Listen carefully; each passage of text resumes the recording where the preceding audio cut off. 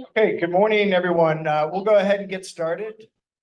So just a couple of quick announcements. We do have refreshments back there in the back, coffee, tea, water. We have some pastries, so please, by all means, help yourself.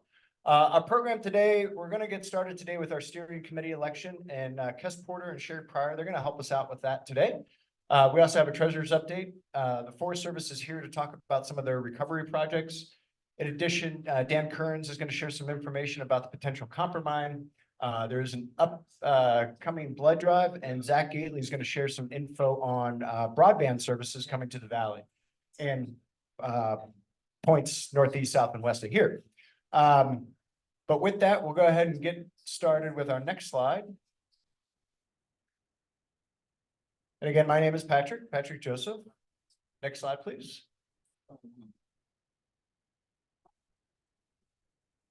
The Dixie Fire Long-Term Recovery Group, known as the DFC, Dixie Fire Collaborative, is a collaboration of nonprofit, faith-based, local, state, and national organizations that work together to share information and resources that can help address the needs of individuals and families affected by the Dixie wildfire.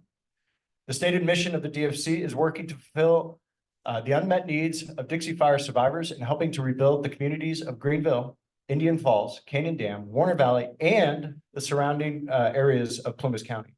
All programs shall support this mission and purpose, and all who work on behalf of the DFC shall understand and adhere to that purpose.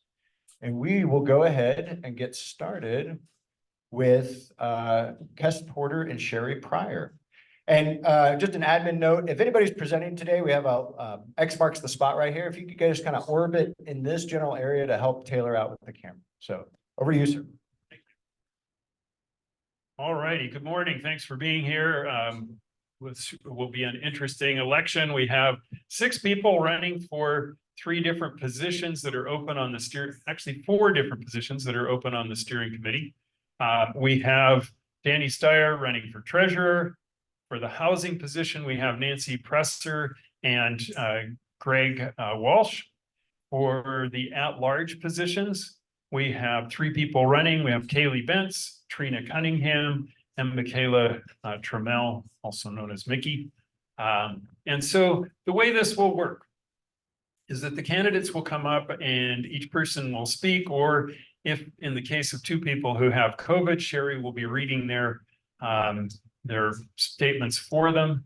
After the statements are read, if you're a member, then you get to vote. And so you go back to the table and they will sign out a ballot. You sign and they'll hand you a ballot. You vote for the 1 treasurer, 1 housing person, and 2 people at large, because there are 2 positions open there. And then you place your ballot in the ballot box.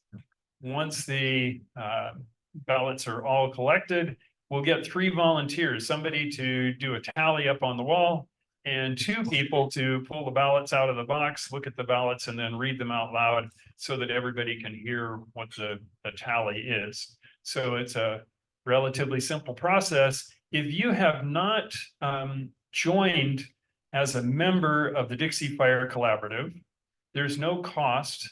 You can just go back to the table and they will give you a membership form. You fill out the membership form and you're officially a member, and then you can vote. So if you haven't already done that, either in the past or this morning, and you'd like to vote, please go do that so that you can take part in this election.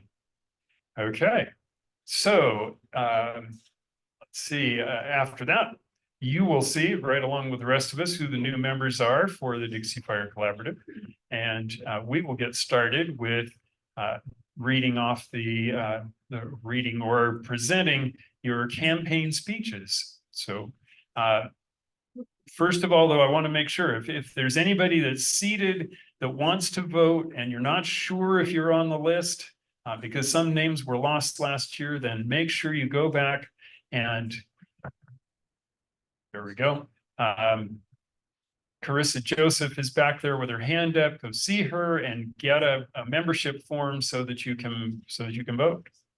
Okay, well, you can do that while people are talking if you need to do that. So let's get started with our first person. So Daniel or Danny Steyer, if you want to come up, and you have 3 minutes to tell us why we should vote for you as treasurer. Yes. Hey, everybody. So just a quick, I'll try to make it brief, but I wanted to come up and let you know why I'm here. So I was born and raised here, many of you know, but there are a few people that don't realize that. Born and raised here, we lost our house over here on Main Street. So thought I could get to that without that much, but anyway, I spent, after graduation, I spent 4 years in the Marine Corps, went off, got a bachelor's in electrical engineering, worked for a few years in private industry, went back, got a PhD in biomedical engineering, worked in industry as an engineer for 20 years total.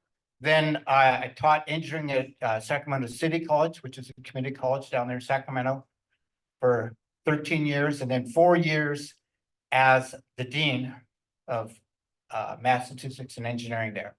So, you know, I'm kind of detail oriented and a numbers person, so maybe that's who you want for treasurer. Got high competition there. So I think Greenville, we want to recover ourselves here in Greenville, but also look towards the future. I went to first and second grade over in that primary school, which is now the Legion Hall. And I had many a lunch right here in this very room when I didn't walk home for lunch. And I remember when the old high school that we had to be condemned because it couldn't withstand earthquakes. Yet, what did they do? Didn't they walk a cat up the front steps, down the hallway, and out the side steps into the quad, and it still stood? And they said they had to bash it down. So, okay.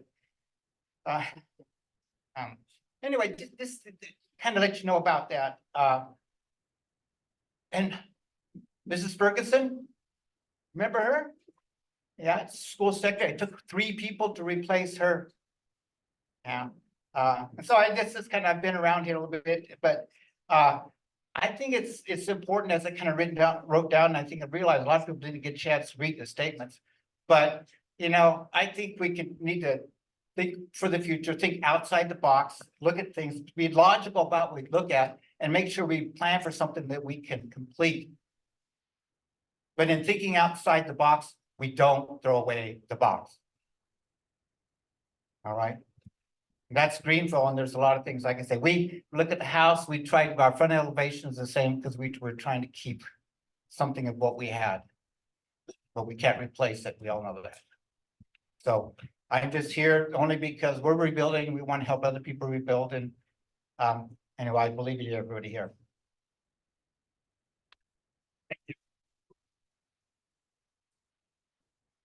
Well done, Danny. You had 15 seconds left of your 3 minutes. Good job. All right. For housing, we have 1 position. We have 2 candidates, and in alphabetical order, we'll take Nancy Presser. She has COVID this morning, so Sherry's going to read her statement. Nancy says, "Happy Saturday, everyone. Thank you for being here today. Many of you know her from working with Plumas Rural Services as the Disaster Case Management Program Supervisor. Today, she would have been grateful to stand here before you as a candidate for the Dixie Fire Collaborative Steering Committee. Oops, I'm not here because I'm sick, and I'm very much committed to speaking to you all today. Over the years, I lived in Greenville before the Dixie Fire. I have witnessed the incredible impact that collaborative efforts can have on our communities in Plumas County, so I'm eager to contribute to the continued success of the Dixie Fire Collaborative. My perception of the job of a steering committee member is someone that can drop any personal or business agendas to steward the DFC available funds. My personal and professional background is deeply rooted in this type of community service. Before joining the PRS team in disaster recovery, I was an active member of all the communities I've lived in, from being a participant at the Ocean Beach Farmers Market in San Diego, to designing programs at the Gig Harbor, Washington YMCA, to serving as a dedicated business owner and volunteer in Indian Valley. A board member of IVRPD, a member of GES Parents Club, the Scout Leader of the Girl Scouts, and President of the IVTSA. Now I can add over 2 years of experience in disaster recovery and community collaboration. Furthermore, my ability to bring specific skills and qualities positions me as a valuable asset to the steering committee. I have over 20 years experience in business development, 20 years in outreach events, and 5 years experience in social media marketing. These skills may not seem needed for someone collaborating with a team of community members regarding community funding, but those skills will help the Dixie Fire Collaborative outreach to the community and call in people that are often missed in county communications. But more than just my qualifications and experience, I bring a genuine passion for the mission of the DFC, the successful and intentional rebuilding of Greenville, Indian Falls, Warner Valley, Canyon Dam, and the surrounding areas affected by Dixie. My dedication, coupled with my experience, uniquely qualifies me to serve on the steering committee and contribute effectively to our shared goals. As a member of the DFC steering committee, my primary focus will be on community-driven initiatives and listening to your voices. I am committed to fostering open communication, inclusivity, and transparency between the Dixie Fire Collaborative and communities. The collaborative is committed to serving.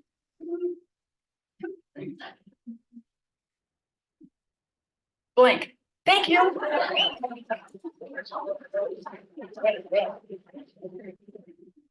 All right, next for housing, we have Greg Walsh.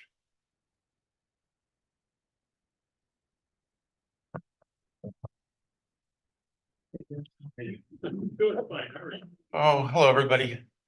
A lot of people on here might not know me. Some people do. I came up here to Indian Valley after I lost my home in the Camp Fire. So then I lost my home here. So I've seen the need for housing and the problems that come with that. I was a contractor in the Bay Area, primarily doing painting contracting in the Oakland Hills, doing high-end residential work. I have been interested in housing and alternative housing methods for a long time. In the 80s, I was working with some people trying to develop buy a warehouse, the old Best Foods warehouse in San Francisco, in order to create lofts and stuff like that. It's a private thing. And then I also have been looking at a cooperative housing program in Chico, where people like bought a property, had an architect, built 20 units, I think they had, all standalone units, 1 to 3 bedrooms. But they have including kitchens and everything, but they have also a community kitchen, a wood shop, a community garden, a pool that they share, and everybody works together on the maintenance of the yards, and everybody contributes. So I really am looking at alternative housing models. I think that one of the things in terms of Greenville, in terms of rebuilding, is there's a lot of money that's coming in here for low-income housing, but I'm not sure that low-income housing, I mean, $20 million almost, but I'm not sure that low-income housing is what's going to take focusing on that to rebuild a vibrant community with an economy.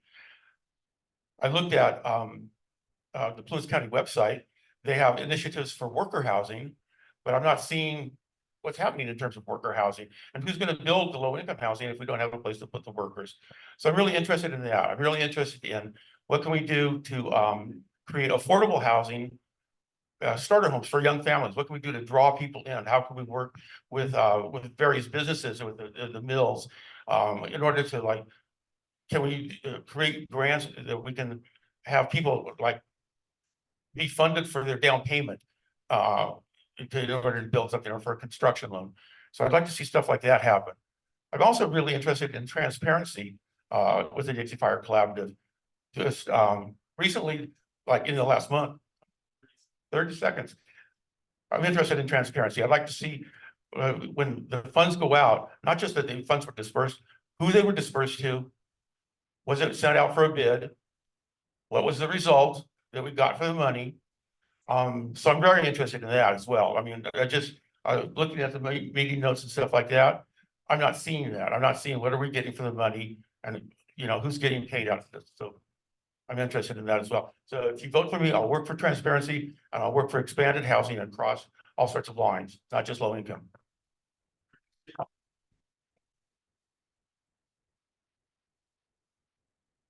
All right, so that was Nancy Presser and Greg Walsh for housing. You have to vote for one of those two. For at large, you have 2 votes. There are 3 people running. Kaylee Bentz can't be here this morning, so Sherry is reading for Kaylee.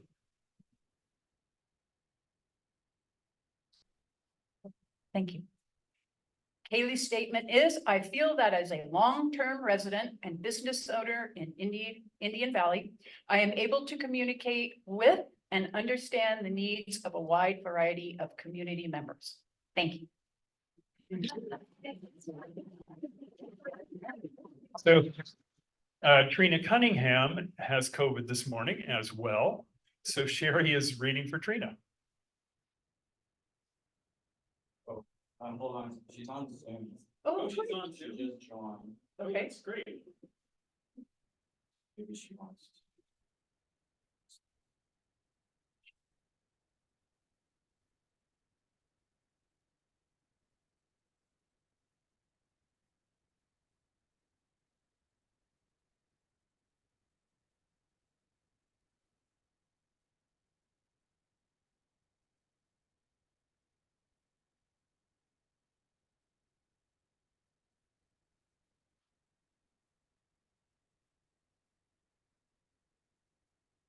Or she can go. Morning, Trina. You must be muted. We can't hear you.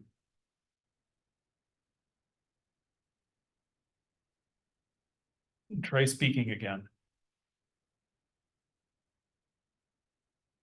We're not getting anything, Trina. Is that our end or her end? Sure, we should be good on our end. So Trina, if you'll try it once more, we're not hearing you yet.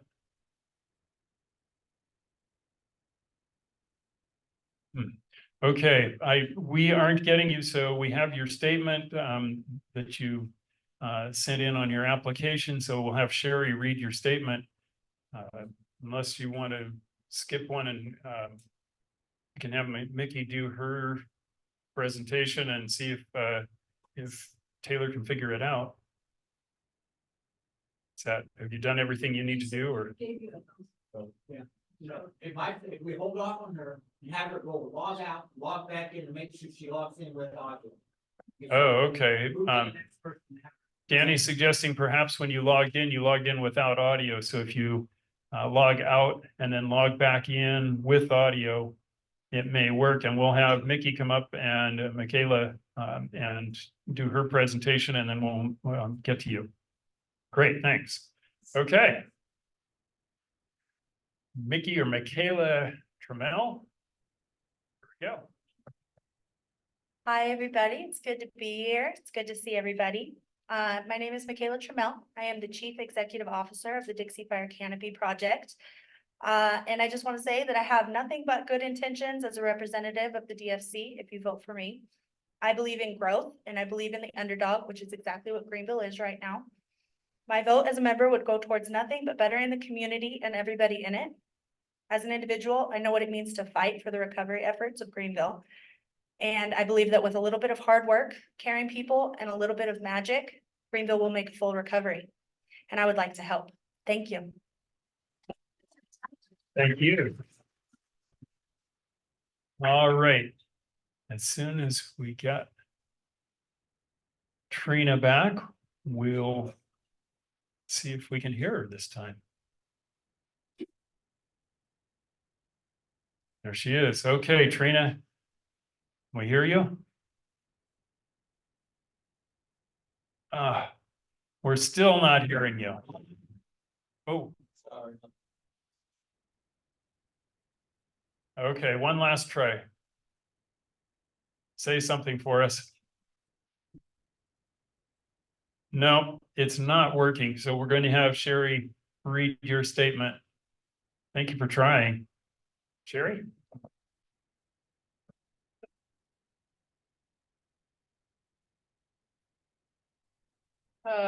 Here we go. I have lived in the Genesee and Indian Valley areas the majority of my life.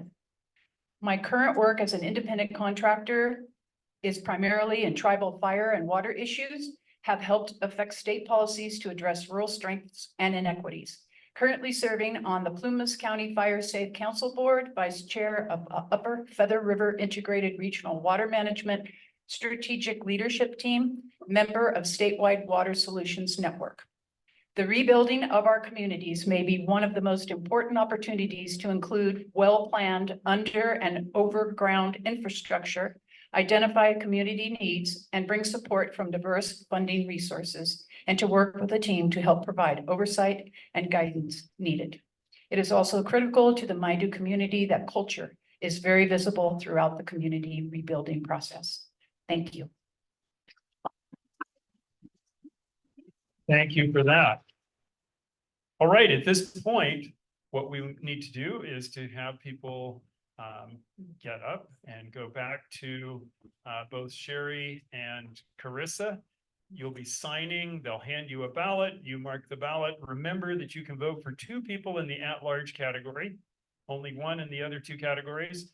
As soon as we get everybody's ballot up here, we will do the count. So please go ahead and do that. And that is pretty online. Oh, so people online, yes. If you're online, there is a phone number. It's 530-616-8350. If you call that number, it will go to one of our people here and they will take your vote over the phone. If you're not a member yet and you're on the online, you can sign up. They will take your information to sign you up as a member, and then they will take your vote. So, Patrick, would you give me that number again? 616-8350. 616-8350 if you're online and you want to vote. All right, thank you.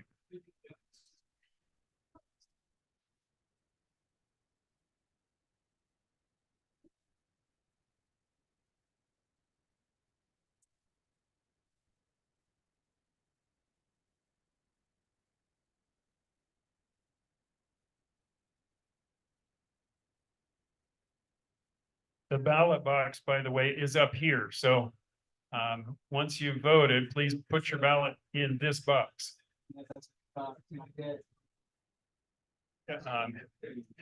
If you're representing a group, there actually is a question. There are some people who are here representing an organization. They have both their own private vote and their organization's vote, if they're the person from that organization.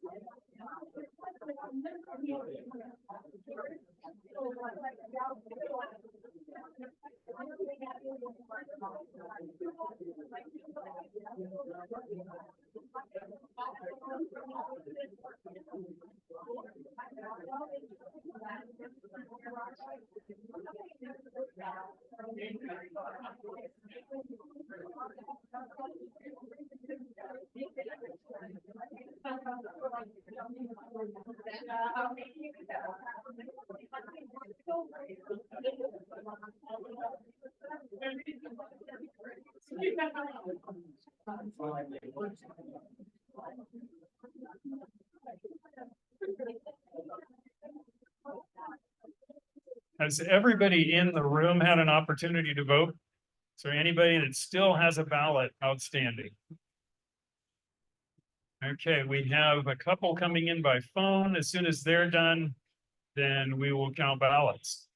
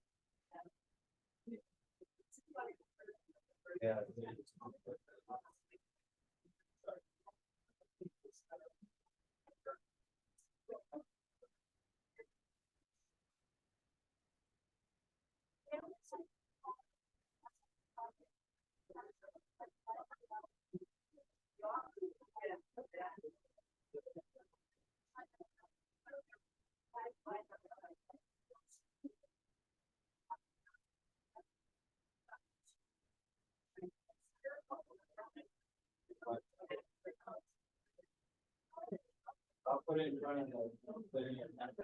That works too.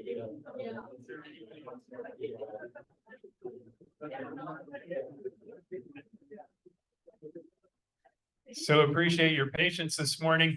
What we have is a lot of people calling in to vote, so we'll just need to be patient while we wait for those votes.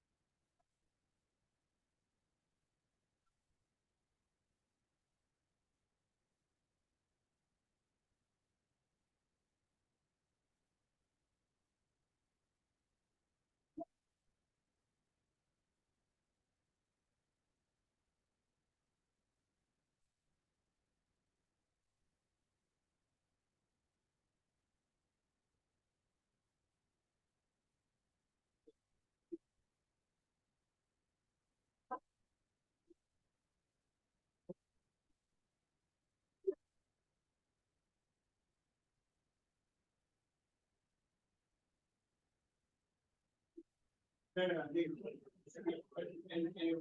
I was.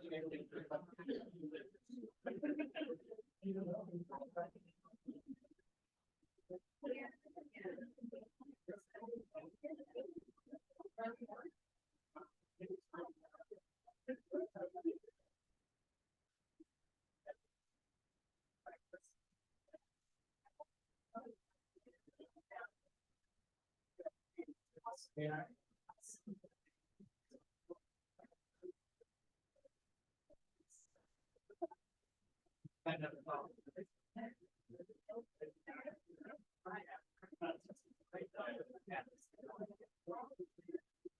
Yeah.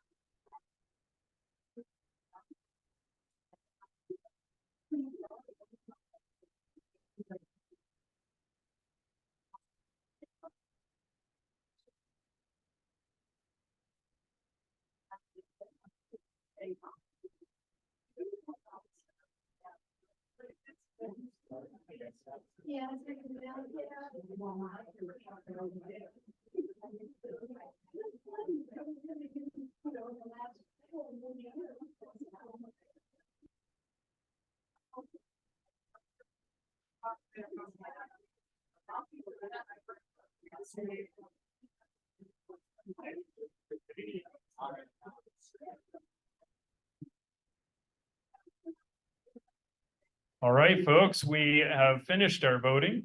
The phones are now not ringing. We have one more ballot? Okay.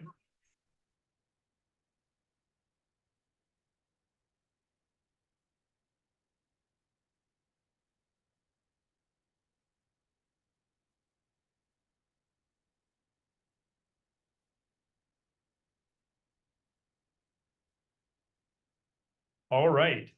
I need 3 volunteers, 2 people to, there's a hand, Tawny and Mavis and Julian. If 2 of you will pull the ballots out and look at them together and then read off the votes, and 1 of you needs to come up to the chart here. And great, thank you. And keep a tally for us. So I need to have you come over here with the box, please. We have the X on the floor, so that'll get you in, so that Taylor can catch you. And I want you to get over here so you can read the ballots right along with Julian when he pulls them out. And then place them in the box there when you're done with them, please, so we don't mix up any of those. Yes, please. Greg Walsh, Trina Cunningham, and Michaela Tremmel. Did you get them all? Oh.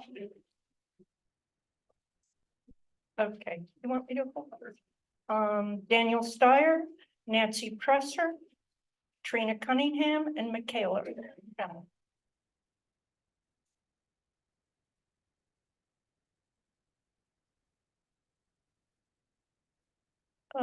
Greg Walsh, Trina Cunningham.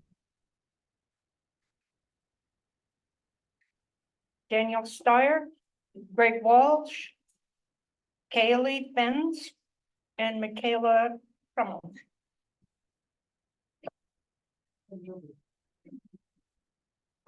Daniel Steyer, Greg Walsh, and Kaylee Benz.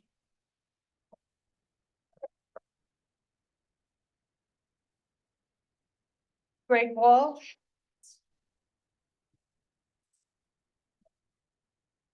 Daniel Steyer, Greg Walsh, Kaylee Benz, and Trina Cunningham.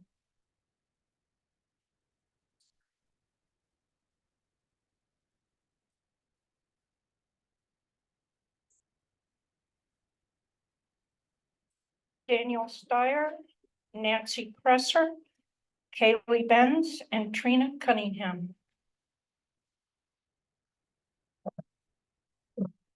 Daniel Steyer, Nancy Presser, Kaylee Benz, Trina Cunningham. Daniel Steyer, Greg Walsh, Kaylee Benz, Trina Cunningham. Greg Walsh, Kaylee Benz, Trina Cunningham. Daniel Steyer, Greg Walsh, Kaylee Benz, Trina Cunningham.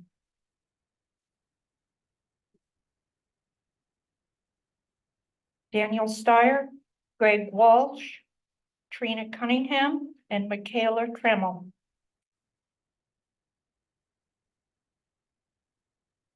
Greg Walsh,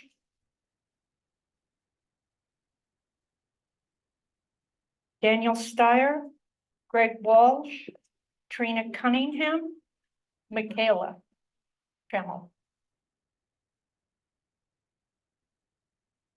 Daniel Steyer, Greg Walsh, Kaylee Benz, Trina Cunningham.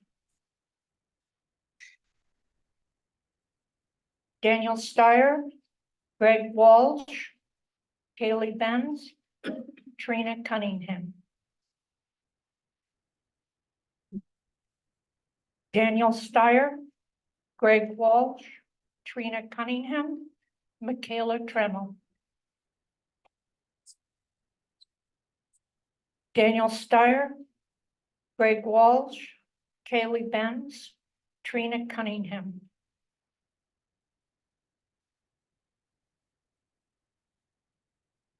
Daniel Steyer, Nancy Presser, Kaylee Benz, Trina Cunningham. Daniel Steyer, Greg Walsh, Trina Cunningham, Michaela Trammell.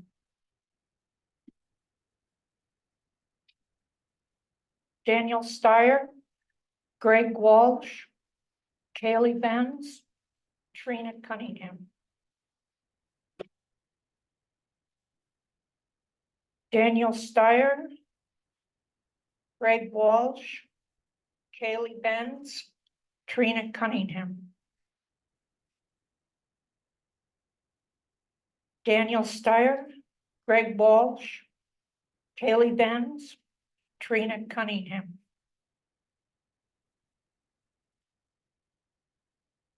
Nancy Presser, Kaylee Benz, Trina Cunningham.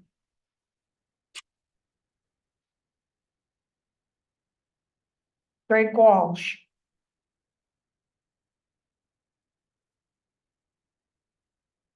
Daniel Steyer, Greg Walsh, Trina Cunningham, and Michaela Trammell.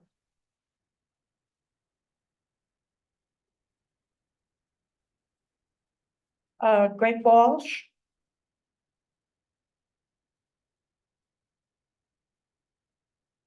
Daniel Steyer, Greg Walsh, Kaylee Benz, Michaela Trammell. Daniel Steyer, Greg Walsh, Trina Cunningham, Michaela Trammell. Daniel Steyer, Greg Walsh, Michaela Trammell. Daniel Steyer, Greg Walsh, Trina Cunningham, Michaela Trammell. Daniel Steyer, Greg Walsh, Trina Cunningham, Michaela Trammell.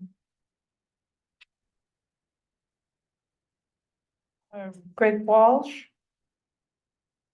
Kaylee Benz, Trina Cunningham. Daniel Steyer, Greg Walsh, Kaylee Benz, Trina Cunningham.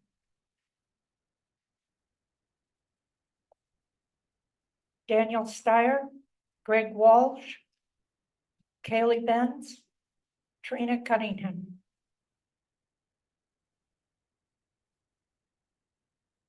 Sherry. Where is she?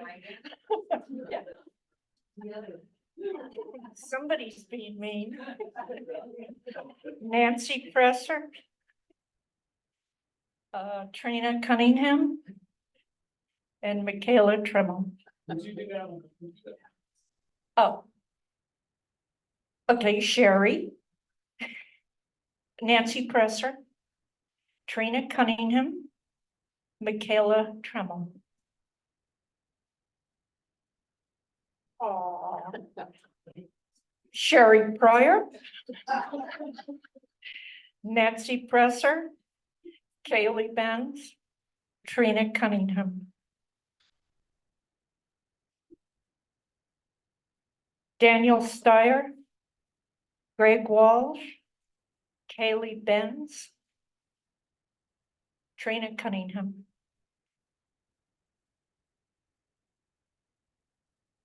Daniel Steyer, Nancy Presser, Kaylee Benz, Michaela Tremmel.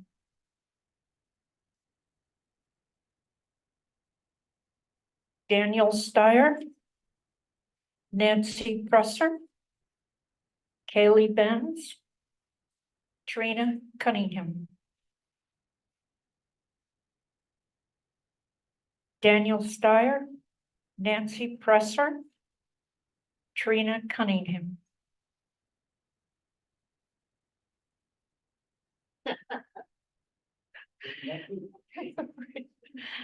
Daniel Steyer, Nancy Presser, Michaela Tremmel. Daniel Steyer, Greg Walsh, Trina Cunningham, and Michaela Tremmel.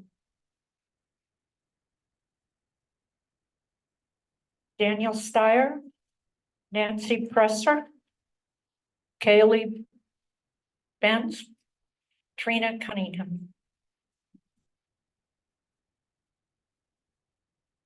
Daniel Steyer, Greg Walsh, Trina Cunningham. Daniel Steyer, Greg Walsh, Trina Cunningham, Michaela Tremmel.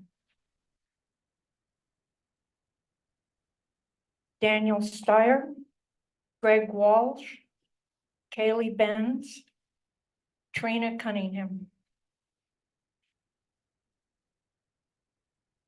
Daniel Steyer, Greg Walsh, Kaylee Benz, Trina Cunningham.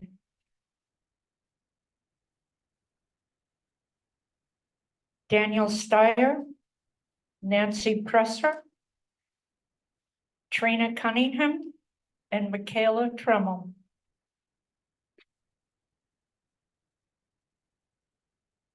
Greg Walsh, Trina Cunningham, Michaela Tremmel. Daniel Steyer, Greg Walsh, Trina Cunningham, Michaela Tremmel.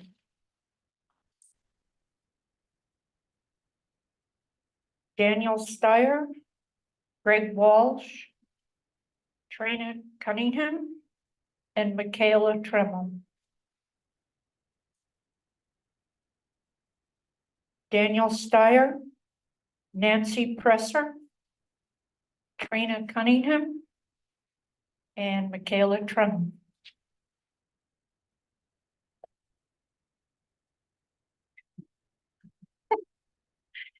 Daniel Steyer, Greg Walsh, Trina Cunningham, Michaela Tremmel.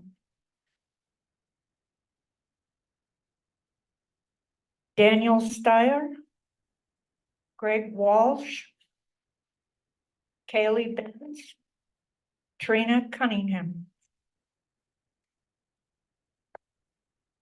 Daniel Steyer, Greg Walsh, Trina Cunningham, Michaela Tremmel.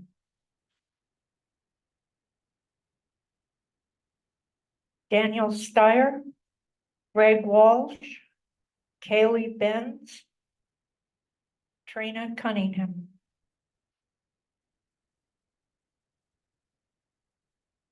Daniel Steyer, Greg Walsh, Kaylee Benz, Michaela Tremmel.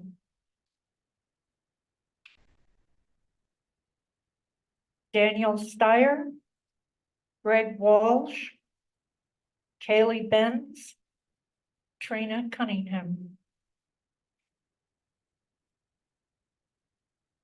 Daniel Steyer, Greg Walsh, Trina Cunningham, and Michaela Tremmel.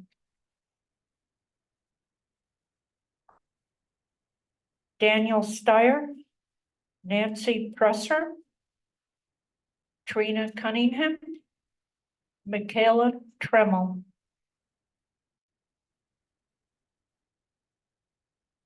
Daniel Steyer, Nancy Presser,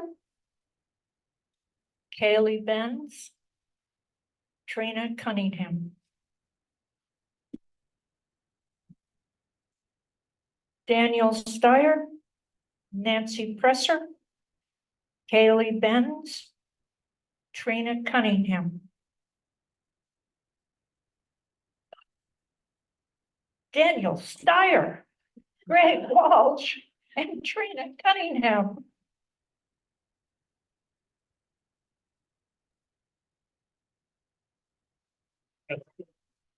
Thank you very much, Julian and Mavis. And let's do the tally. So we have 54 for Daniel Steyer, 2 for Sherry. Nancy Presser has 17. 43 for Greg Walsh. 32, is it 33 for Vince? What's the 33 for Kaylee?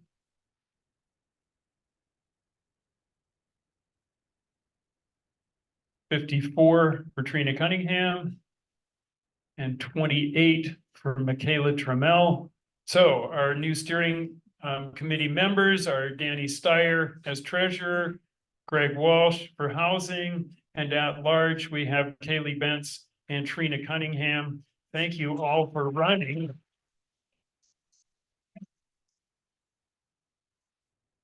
We appreciate, just a minute, Julian, we appreciate the candidates who are willing to put themselves out there and be willing to serve, but that's wonderful. Appreciate all of you.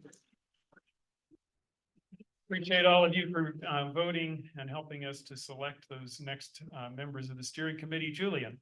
Oh, they're all in here. All the phone ballots are in here. Okay, so with that, we'll turn it back over to Patrick and get started with the rest of the meeting. Thank you.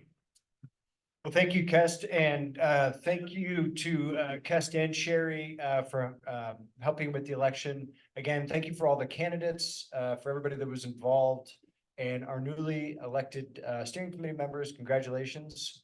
So first order of business, 3 p.m. Monday, you got a steering committee meeting. And also for anybody that's ever interested, on our website, we've recently added under quick links, there's a standing Zoom link to our steering committee meetings, as well as this one, 3 p.m. to 5 p.m., the first and third Mondays of every month. Any and all are welcome to attend, participate however you wish, check in, hear what's going on, levy any concerns or issues, or just chew the fat with everybody, however you wish. So that's on our website, dixiefirecollaborative.org, over to the right-hand side as a quick link. All right, well, thank you again. So we're going to go ahead, and this is Sherry's sort of farewell lap here with the treasurer's report. So Ms. Pryor.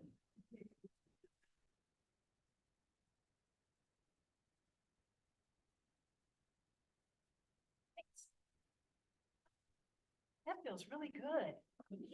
Thank you for being part of democracy. I really enjoy the elections, and so thanks for coming and voting. For my final report, this is really good news. After the January meeting, we posted $6,439.61 of interest. And in February, we posted another $6,428.66 of interest. So our interest income is now up to $66,655.53. That's in 11 months since we got our treasury bill. Yeah.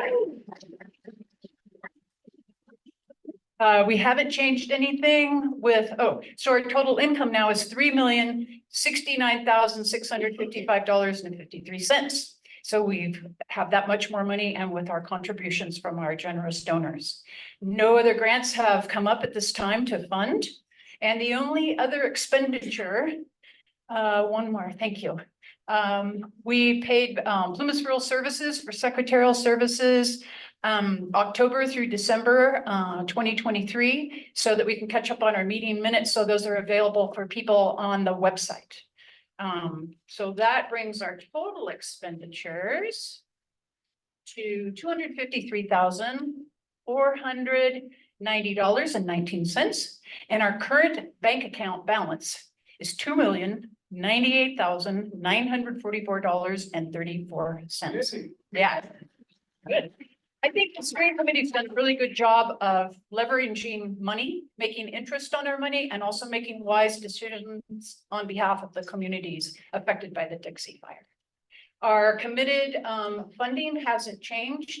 We still have our commitments for $603,220.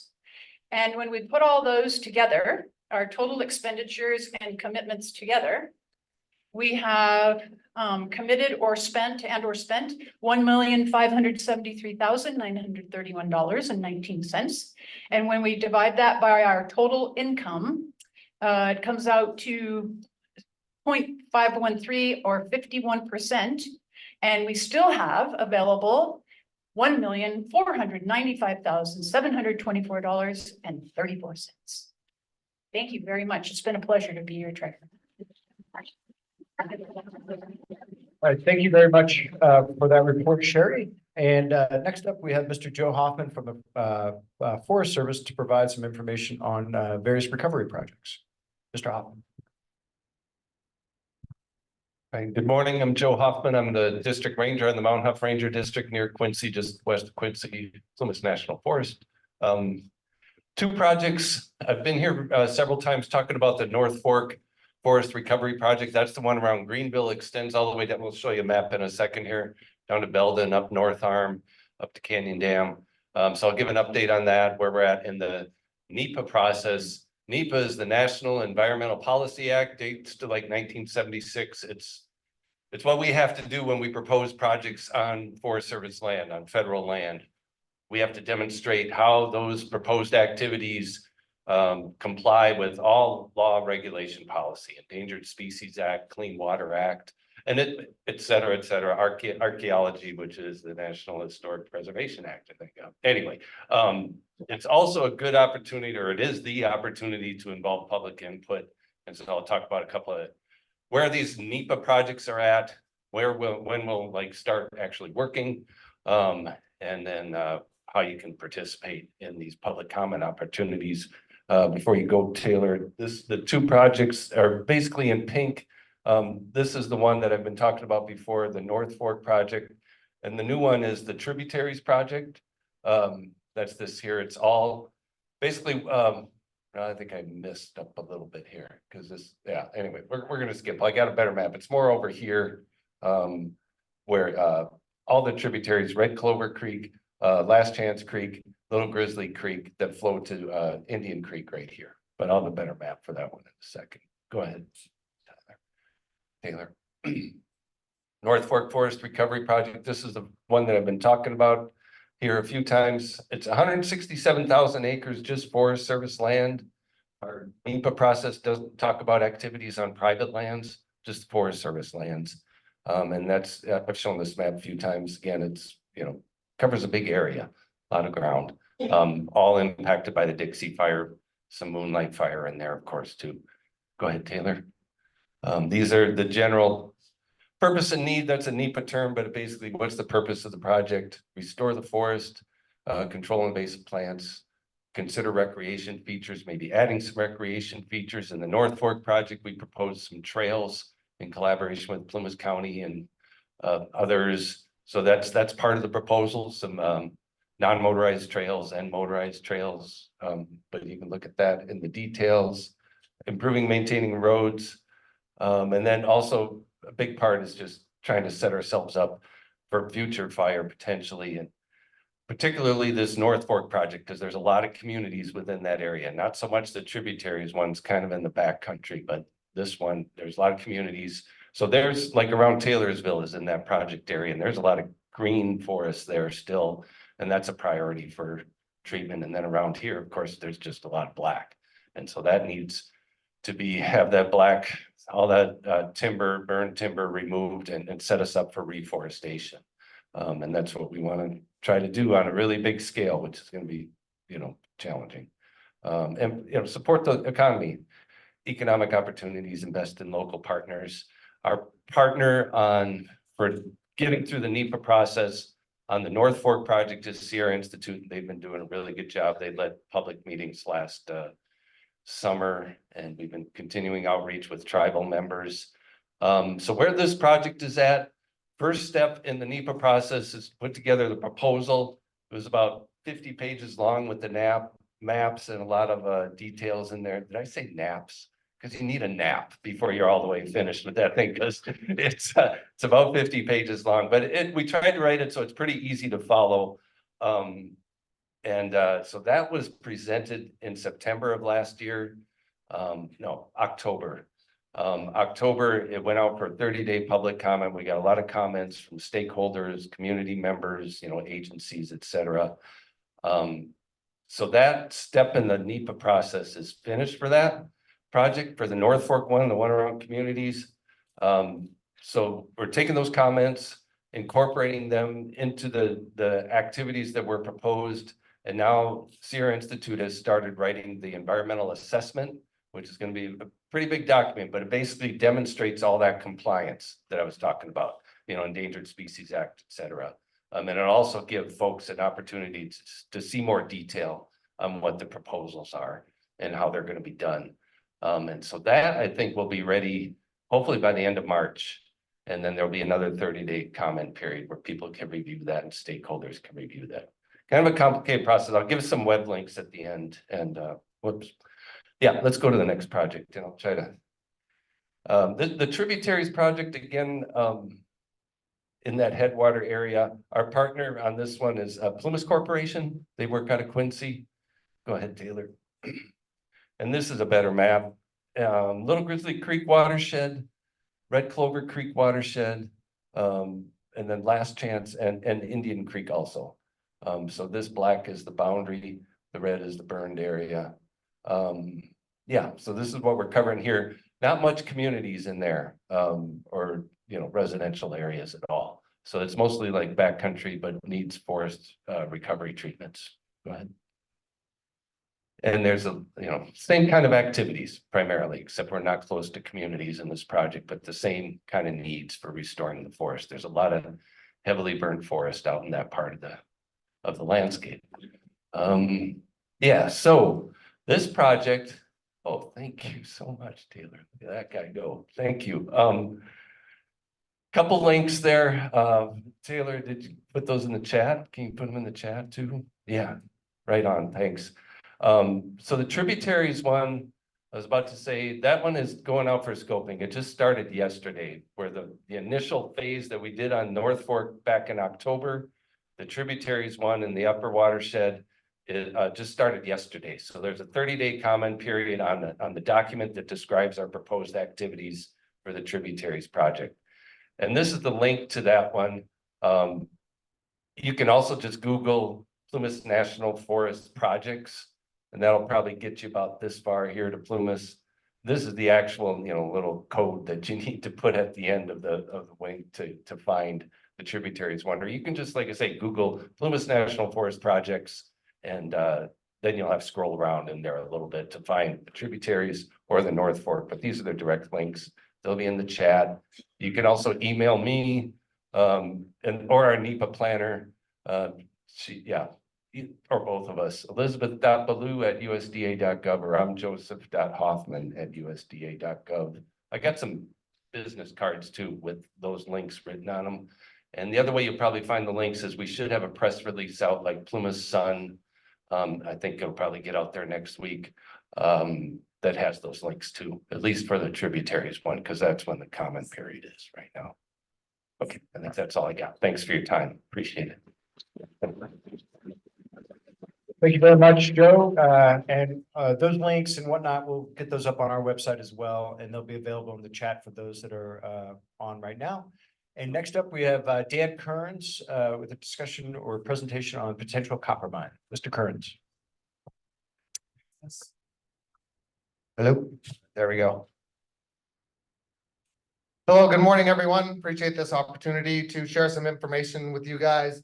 I'm actually here on behalf of the Feather River Watershed Alliance, which is a grassroots group that we've stood up to help protect the water, protect our community, protect our land from potential hazards that this project might include, right? So a quick overview, US Copper is actually a Canadian-based corporation that is applying for vested rights and trying to get a project. Sorry, Taylor, I'm a wanderer. So they're applying for the vested rights to 2 parcels within their claimed area. US Copper Corp, like I said, they're a Canadian corporation. Just to put this into perspective, right? The claimed area that they hold in North Arm is 13 square miles. The largest open pit copper mine in the country is the Bingham Canyon Copper Mine. That operation takes up 15 square miles.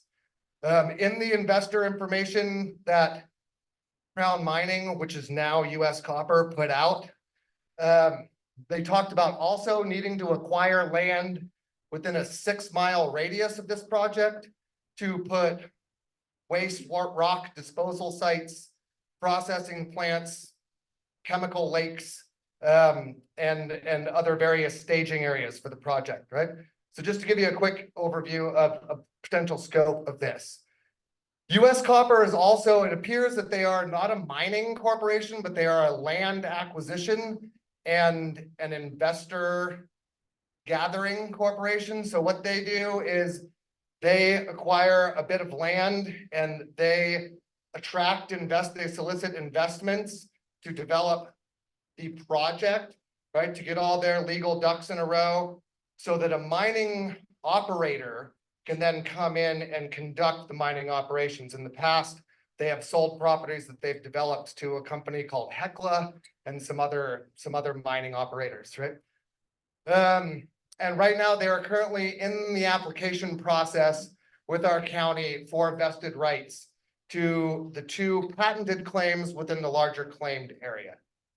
This picture right here came from the document that they put out, that Crown Mining put out a couple of years ago to attract investors. So this is not necessarily part of their plan, but it is what they are putting out to investors to try to attract investors. And I'm going to wander, Taylor. So some of the things that you can see here, this is the Lights Creek drainage right here. This is the Moonlight Creek drainage right here. This is the proposed pit that would extract the Moonlight deposit. The Moonlight deposit is one of 3 major deposits on the property, and the Moonlight deposit alone has an estimated $6 billion worth of copper. That's not counting the gold and the silver. So what you see here in the gray, that's the proposed pit area. This brown is one of the proposed waste rock management facilities. And these multicolored areas here within the Moonlight drainage, the Moonlight Creek drainage, are the proposed locations in this case for the chemical leach lakes where they would run all their processed water. Processed water will contain cyanide, sulfuric acid, and the crushed rock that they are processing, right? And this picture is to scale. Right here, Rattlesnake Peak, Moonlight Peak, Carn Butte. So that just gives you an idea of the type of things that these corporations are proposing and what they are telling their investors their plan is to do. Next slide, please, Taylor.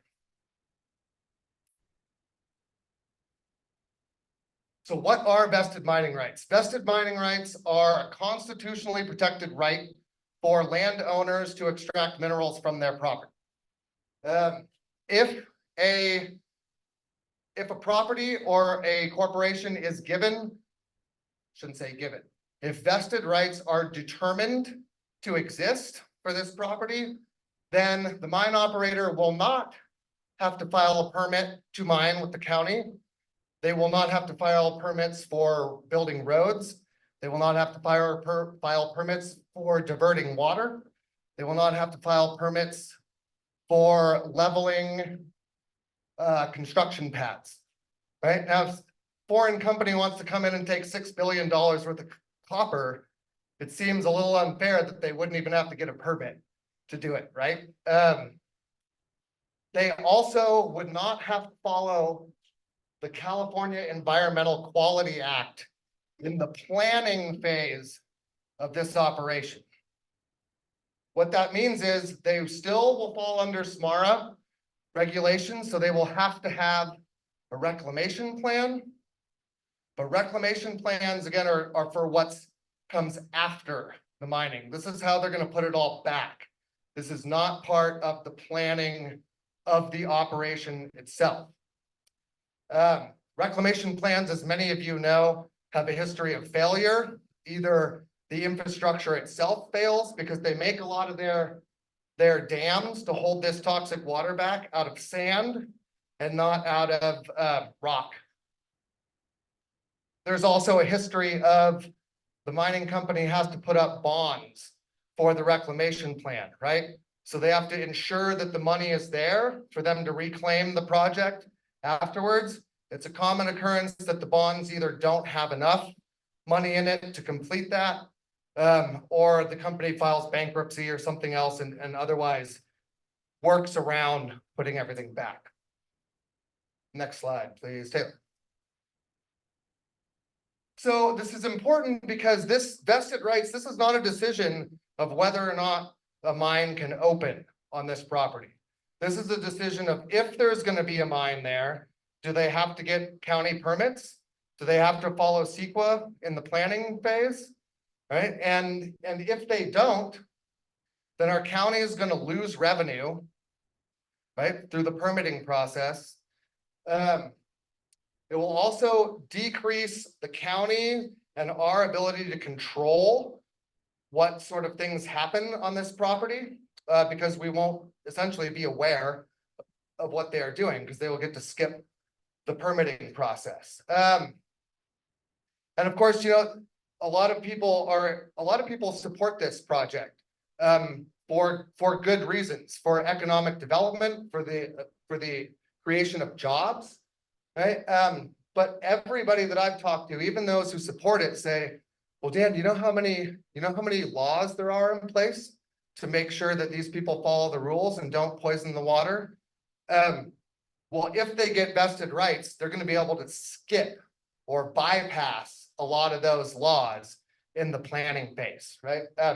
So again, this is not about should we mine, should we not mine? This is more about if we're going to mine, let's make sure we have everything in place to protect our water, protect our land, protect our air, protect our communities, right? And this vested rights hearing is currently ongoing. So it is an open hearing right now. The determination is expected on May 8th. So between now and May 8th, you may make public comment and submit that to the zoning department and or the planning department. Tracy, should they send that to the planning department? Okay. Okay, I have some information. Yeah, here we go. Here's Jim Graham, the zoning administrator's email. You can submit your public comments through email to them, and those will become part of the record for this hearing. You can also go to LostSierraLightworks.org and click on the Angle Mine tab. There's a story there. There's a lot of different links to the different information that's been presented. And then I would also like, in closing, to announce that we are going to have a public meeting this coming Thursday, the 22nd at 6:30 at the historic Taylorsville Hall. It should be about an hour-long presentation with discussions afterwards. Our intention for this meeting is to share the facts that we have learned through all this. This is a highly charged, emotional topic. A lot of people have a lot of feelings about it. So it's our intention to present the facts that we've discovered so that people can go forward and make informed decisions on their own based on the actual facts that we've discovered. Thank you very much.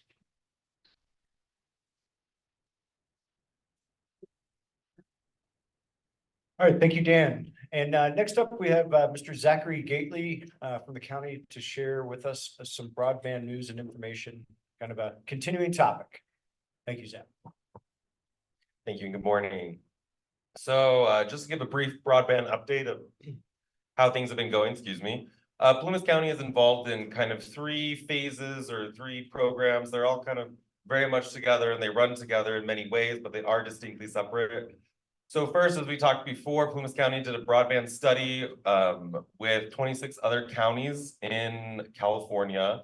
We paid approximately 125,000. 25,000 came from our ARPA funds dedicated to broadband, and we got a grant for the other 100,000. So we're excited to have that.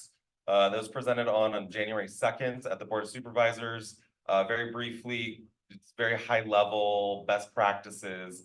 To be very frank, I'd give it a kind of like a B+ overall. It's not super specific. There's a lot of best practices of how communities can, work together in that sense with the programs that are happening. But as well as it was kind of just an overview to ensure that, we're working together with our neighboring counties, and it's not just kind of piecemealed oddly together, but instead it provides continuous service throughout the region, allowing for redundancy factors as well, so that when there are emergencies and other things happening, that they can still provide service as they can and not be super interrupted. I've learned a lot, honestly, with telecommunication. Number one, I don't encourage anybody to go into it. It's very cutthroat, high level, ridiculous. However, this is also the opportunity in California where a lot of smaller broadband providers are able to kind of get a foot in the door, pushing out some of those larger ones. And so even for us here in Plumas County, we have Plumas Sierra Rural Electric that provides broadband and electricity mostly on the east side of the county. But as they are a co-op, it's been great to work with them because their focus really is the community.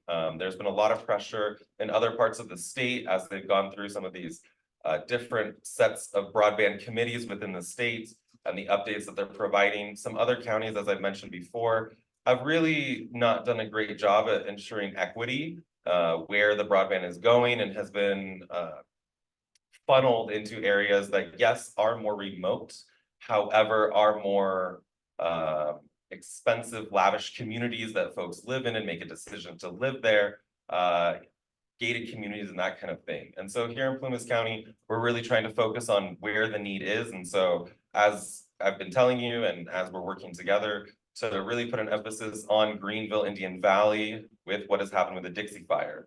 And so that was all preliminary, what needs to happen, what is currently in place.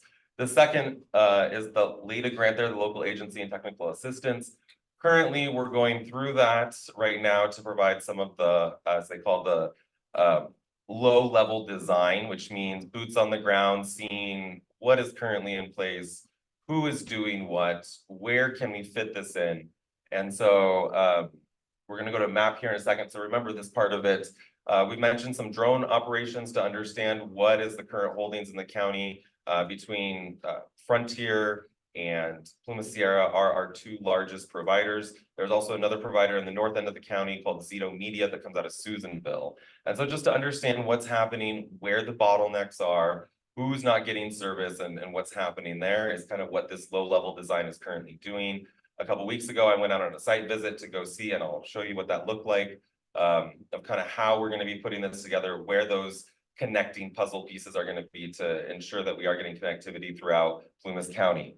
And then the last part we're currently in process is this federal fund account last mile, and that the Golden State Finance Authority, or excuse me, Golden State Connect, they put in to do approximately 45 miles of last mile fiber in the ground to get connected. And so these are the three things that we're kind of working through concurrently. As you can see, the plan obviously went first, followed by this design and then implementation. And so we're kind of working at the tail end of the plan. It has not been fully finalized yet. Plumas Sierra did not get contacted as they should have from the Tilson Technology that wrote the plan. And so they're still working out some of those finer details to ensure that everything is included in the plan for moving forward. That low level design is happening now, and we are waiting for that funding to be awarded for that last mile. So Taylor, if you could go to the next slide. So looking throughout Plumas County, this is geographical, so there's not the county boundary on there. But here on the bottom, we can see this is kind of the Beckworth Airport to county line at the end of Chilkoot there. So that's one area that we're looking at expansion. The one in the middle there, that you can see off to the slight right, or excuse me, left, is Greenhorn. And then following, as you can see up in the top corner there, that is Greenville and Indian Valley. And so where those boxes are, I know we're pretty zoomed out at this point, but if you want to go to the next slide. This is what Greenville looks like. That box is kind of what's going to be that hut of where that connectivity happens, ensuring that high speed is continued throughout the process of transferring that internet along the way. That is currently proposed to be located at the new substation for sheriff, fire, et cetera. And so it's going to be interesting to see how this moves forward. I've not heard since we did the walkthrough how they felt about electricity, security, et cetera. But if you go back one slide, kind of want to talk about the overall process. So as we're looking here, you know, Plumas County as an entity is really wanting to support its local partners in this. And so one of the reasons that our draft plan is taking a little bit longer, and especially that last part of that funding piece for that 45 miles, is because we are in communication with Plumas Sierra Rural Electric to make sure that they have what they want to operate and that they are given the best opportunity to provide the best service to their constituents and expand as possible as they are, you know, a local company. With this last mile implementation, because it is being implemented by a state agency, whoever is also working with the states in this process could provide internet service. So that means that it's an open access network and other broadband providers could be providing service at a lower rate. And so that's really what we're looking at, is providing the most cost-effective service. And we'd love for Plumas Sierra Rural Electric to be a part of that. And so that's why we're currently taking our time with them. We're looking at giving up Greenhorn actually to them because they actually applied for that funding as well, as did Golden State Connect Authority. So Plumas County has not applied for that implementation on its own, but rather it is through the state program of the Golden State Connect Authority. So it's who came first. There's a lot of opportunities in both ways. And as community members who would be utilizing the service, it's a way to get internet cheaper, more reliable to us, but still giving the opportunity of a local company to provide that service. That would also mean that they can provide service anywhere that this connection is happening in those 26 counties and expanded to any county that has participated in that. So it's really a great way to see that some of even our local agencies that are providing this service can grow throughout this and hopefully be providing faster internet service here. If nothing else, it's putting a lot of pressure on Frontier right now to get their ducks in a row, or else they're going to be losing that contract. So it's going to be very interesting to see what happens here shortly, but it is expected that this summer is when some of that digging will happen. So hold on and keep posted, and I'll try and give updates as I can. Thank you. All right, thank you very much, Zach. We have a presentation from the Greenville Rotary with regard to an upcoming blood drive.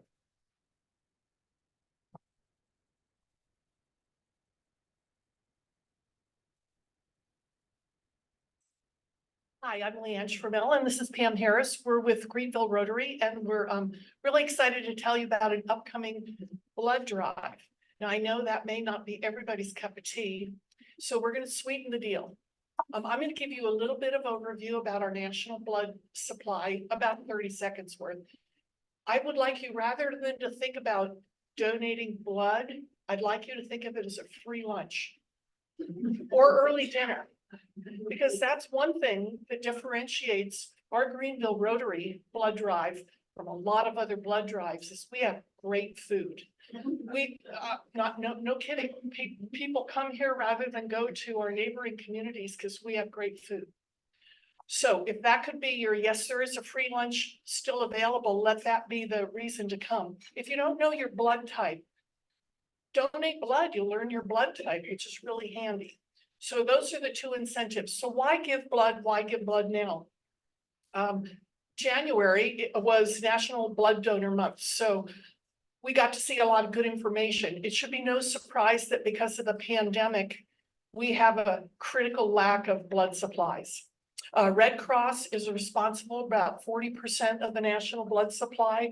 The other 60% is made up of small groups hosting blood drives. Corporations and scholastic institutions, colleges have been big parts of that. But of course, with COVID, on the downhill. So we really want you to come and donate blood and be part of that kind of resurrection, if it will, of the national blood supply. And we'll make some good food for you to boot. So our blood drive is Friday, March 8th, and it's at 12:30 to 4:45. And giving blood, you save a life, and that's what it really is all about. We also have what's called the Big Red, which some people can do and some can't. But actually that blood, the way they take it out and recycle it, it's actually used as plasma for cancer. So it really, is a wonderful thing. And if you guys, I see a lot of people in here that donate, but if you could bring someone else, it would be wonderful. And we do have Sherilyn Schwartz, her number's not up there. We have flyers that has her phone number where you can call and make an appointment. And if you at least give once and you're not happy with it, at least try so you can save lives. Thank you. Location. It's gonna be at the Greenville High School Gymnasium. Please stop by if you're kind of afraid of doing it. Some people are. Who loves needles? See no hands out there. Oh. Mavis loves needles, right? No, just come and take a peek.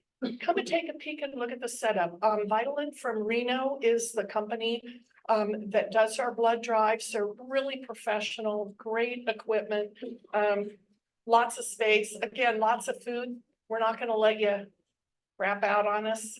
So if you do sign up as a donor, we'll send you information about, when you need to eat before and the kinds of things we're looking for. It's certainly not my problem, but some people are not heavy enough to give blood. So for those of you, the real light and lithe among us, which could be high school students, you can be a high school student, 16 and 17, and with your parents' permission, you can donate. We had 4 at our last blood drive. Thank you, Ryan Shermell, for supporting your students. It's good to have connections. But our students were terrific. So come join us. We'll feed you. Thanks so much. Thank you both, and thank you very much to the Greenville Rotary for supporting that event. And I heard food, so that's a pretty good incentive right there. Next up, we have Mr. Peter Anderson from California College of the Arts with a brief update. Hi, thank you for having us again. I've been up here to these meetings 5 or 6 times, I think now, but I've brought another group of students. So California College of the Arts Architecture Program has been collaborating with various community members for the last 2 years, helping to bring energy and some ideas about different reconstruction, rebuilding efforts.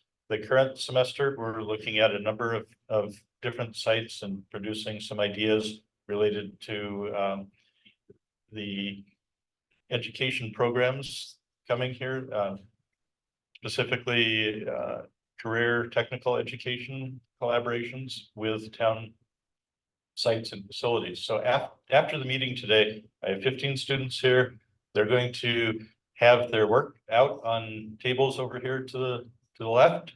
And we'd appreciate very much any of you who are able to stop and spend a few minutes talking to the students about their current projects, giving them your feedback and interest. It's very helpful to them.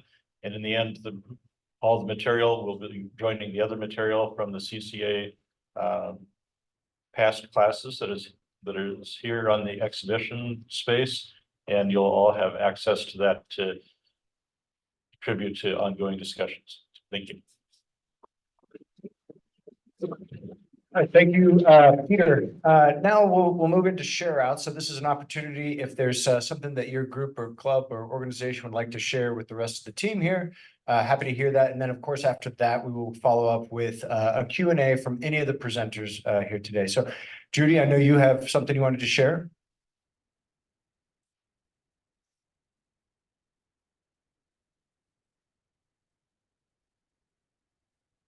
Okay, I've spoken several times, but I want to promote something that's coming up this week. Indian Valley Community Pool is having their annual shuffleboard tournament. Now, I don't know if any of you have been there, We provide we don't provide, but we have a taco dinner. There is a fee for that, but knowing that it's a fundraiser, we've had very good turnouts over the last several years. We'd like to continue that. The fees that we charge for the use of the pool, classes, swimming school, whatever, don't necessarily cover everything, because we also have to pay our staff, the lifeguards, and of course, the use of the pool. CSD actually owns the pool. All we do is run the programs at IVRPD. So it's important for us. I have a flyer here. There's going to be one also at the CSD office area, our office area. Also, Dixie Fire Collaborative, their office will have a flyer. If you have any questions, a lot is right here on the flyer. No need to make an appointment or let us know you're coming. We generally have enough food, and it's held at our local Taylorsville Tavern. So Tony and his wife have been terrific over the many years that we've had it there. And they're real community supporters for the pool. If you have any questions, you can reach me, or you can contact the collaborative, or also, of course, the pool committee area. Appreciate your support over the years. Let's continue that again this year. Thank you. And it looks like that's February 24th at 4 p.m. at the tavern, tacos and shuffleboard. It's a pretty good night right there. Ms. Holland, Casey, do you have anything you want to? Right, so our local PG&E community engagement representative, Casey Holland, right here. So if you have any questions or comments that you need, and we've got another share out here from Ms. Carrie. Yeah. Hi, I'm Carrie O'Reilly. My husband and I and our family lost our home in Indian Falls. We now live in Quincy, but we are planning on rebuilding back in Indian Falls. I'm also currently the president of the Dawn Institute. Has anyone ever come to one of our apple squeezes or been on a field trip with their kids to the farm? We have invested in some infrastructure for the farm, and our plan is to bring our programming back. So we're going to, we've hired an executive director. We're going to be hiring a farmer. Our goal is to get food into the local community, including the school cafeterias, the grocery stores, food pantries. Also work on some job training opportunities, and also really that agricultural education piece of getting kids here from our local elementary school to the farm for all kinds of activities. So we look forward to sharing more with you guys about that as that process happens. We're also looking for a couple new board members, because I'm sure all of you aren't already on like 45 boards. But if you have a passion for agricultural education or for veggie production, or you feel like this is something that you could be interested in, come and talk to me. All right, thank you so much. Thank you very much, Carrie. And Dan Litchfield. Howdy, y'all. Dan Litchfield, I'm currently the construction cost analyst for Plymouth Rural Services. Congratulations to all the new steering committee members. Way to go. So the one thing, the ADU books, I don't know if Patrick pointed that out earlier. There's a stack of accessory dwelling unit idea books back there. And so between PRS and NVCSS, Joan and I are going to work on a little presentation, I believe at the next meeting, right? We're going to do it in March. So anybody that wants information on ADUs, those, yeah, I think Tracy's going to talk about that next. So anyway, ADUs, very cool. We're also Josie and I are the owner operators of Wild Plumas campground over there on Wolf Creek Road. Bittersweet. We're planning on selling it. We do have it listed for sale. We're hoping to get a buyer that continues to run it as the campground, because it's been a wonderful resource for the community. We do Nature Made. We run the youth program. We've had 4 more months of Nature Made funded. We did 5 months last year. It was a lot of fun, gold painting in the creek, We had zip lines. I think we even had a broken wrist, so that tells you how fun it really was. Rock painting with Randy Hovland, and we had Mark Wellman, who was a paraplegic Paralympian, cross-country skier. He comes with his mobile climbing wall, and all the kids climb on that. And then there's just general mayhem. All the kids have a blast. I think that's about all I have. I go into the Rotary Club and talk about our program called Aging in Grace. Hoping to get that funded. I'm going to speak to the Rotary members about that. The 21st, Travis is not here. So that's upcoming. A group of volunteers to go out and help with our aging populations of, which, we have some here, and go out, rake some pine needles, install some grab bars, fix a rickety step, and maybe sit and have a cup of tea, talk about the good old days. So I think that's about it.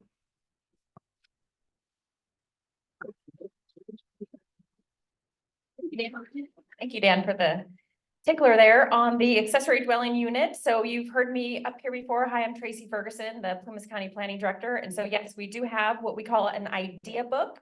So in the back, the idea book outlines the 4 different floor plans that are now available. So these are pre-approved construction document sets for rebuilding here in Greenville. These are called accessory dwelling units, which means, you need to have a primary unit to have an accessory unit. But what we, the county, are doing is also allowing these accessory dwelling units to be primary dwelling units.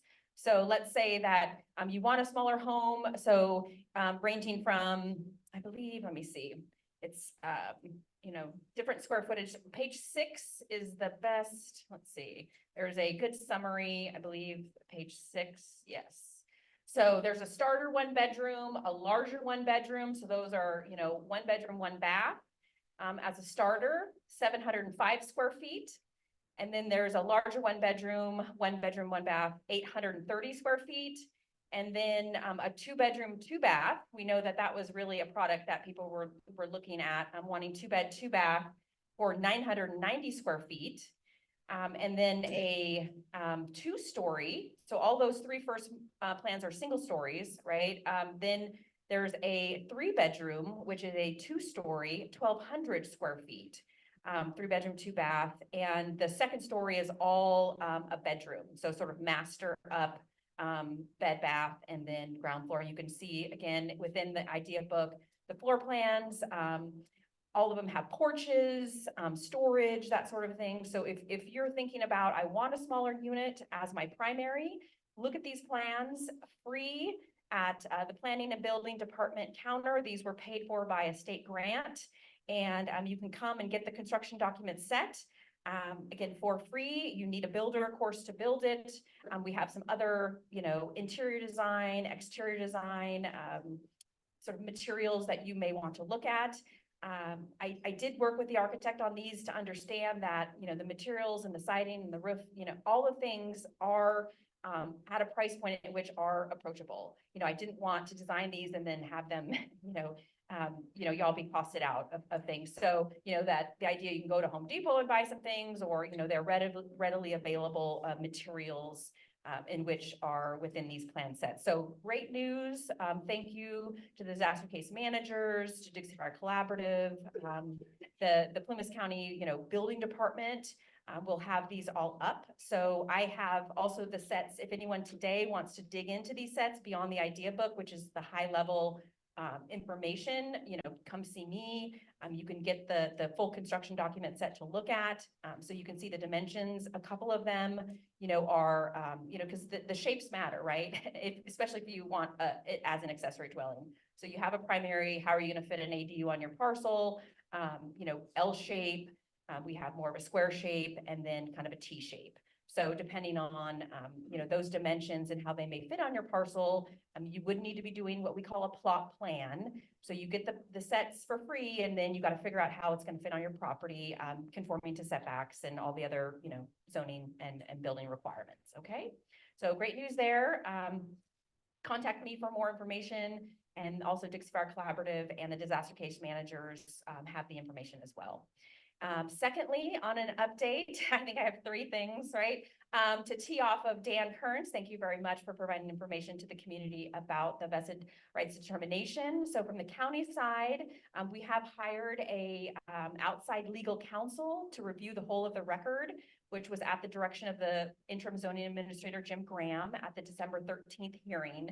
So really to have someone take a look at all the public comment, the case law involving vested rights determination, the county's code, the Surface Mine and Reclamation Act, and so forth. And so Best and Krieger is the legal firm that we have selected. And so I just had a kickoff with them this past week to get going, and I'll be working with them through basically mid-April to review all of the information and to provide certain comments and recommendations, based on the analysis of all the information that's been brought forward. So all of the public comment, the application, or excuse me, the applicant's information, the county information, so forth. So we, the county, anticipate by April 15th, which is roughly 3 to 4 weeks before the May 8th hearing, which is the next date in which the zoning administrator will hear the vested rights determination application, to get all of that out to the public so that the public can then review, everything that has been entered into the record to date, and then our outside legal counsel's comments, recommendations, and analysis of all of that information, so that then the public can come to the May 8th meeting most informed about what information is put out there, and then provide additional public comment on May 8th. And then we'll see where Jim Graham, interim zoning administrator, takes the item. So there could be a determination, right then and there. Also, just kind of to set an expectation that Jim may defer his determination, because then he needs to look at, he would be able to review the information post April 15th as well, but those comments that are made during the May 8th hearing, should he not feel comfortable to make a determination at that time, he may defer his determination, like a 10-day deferment, which I have done in the past as zoning administrator and planning director, because, we anticipate additional public comment, substantial potential additional public comment at the May 8th hearing, and that he would be able to, review that information as well. And if there are any comments or follow-ups or additional information that he would have to research, then again, there may be a deferred decision, or he may make a decision that date, or he could continue the meeting yet again for more information and whatnot. So we'll see what happens on May 8th, but it may not be a final determination, just to set that expectation for the community. And then finally, we do have some information on the Community Development Block Grant Disaster Recovery money. So this is the State Department of Housing and Community Development, HCD, through HUD. The federal arm, Housing and Urban Development. So there's a flyer. There's I brought the color two-sided flyer back there, but I think there's some others that maybe are black and white in each individual. So know that there are 2 programs under the CDBG disaster recovery. And you've heard me talk about these before, but here we are. Applications will be released at the end of February. So it's happening. We thought maybe the state would be ready till the summer, but they're ready. They've advanced this program for us here in Plumas County, specific to the 2021 wildfires. And there are 2 programs again. The first is called Single Family, do this one, Reconstruction, Single Family Reconstruction, or now what they're calling SFR. So to know that you need to qualify for low moderate income. And if you want some information on that, I do have the income limits and more detailed information. So 80% or less of the area median income is what you would need to have to meet. So if you're an owner that lost your home, you're an owner, your home was burned down, and you want to see if you can qualify for this program, that's one avenue. Or let's say you're an owner of a home and you're a landlord owner, so you had a renter, but you own the home.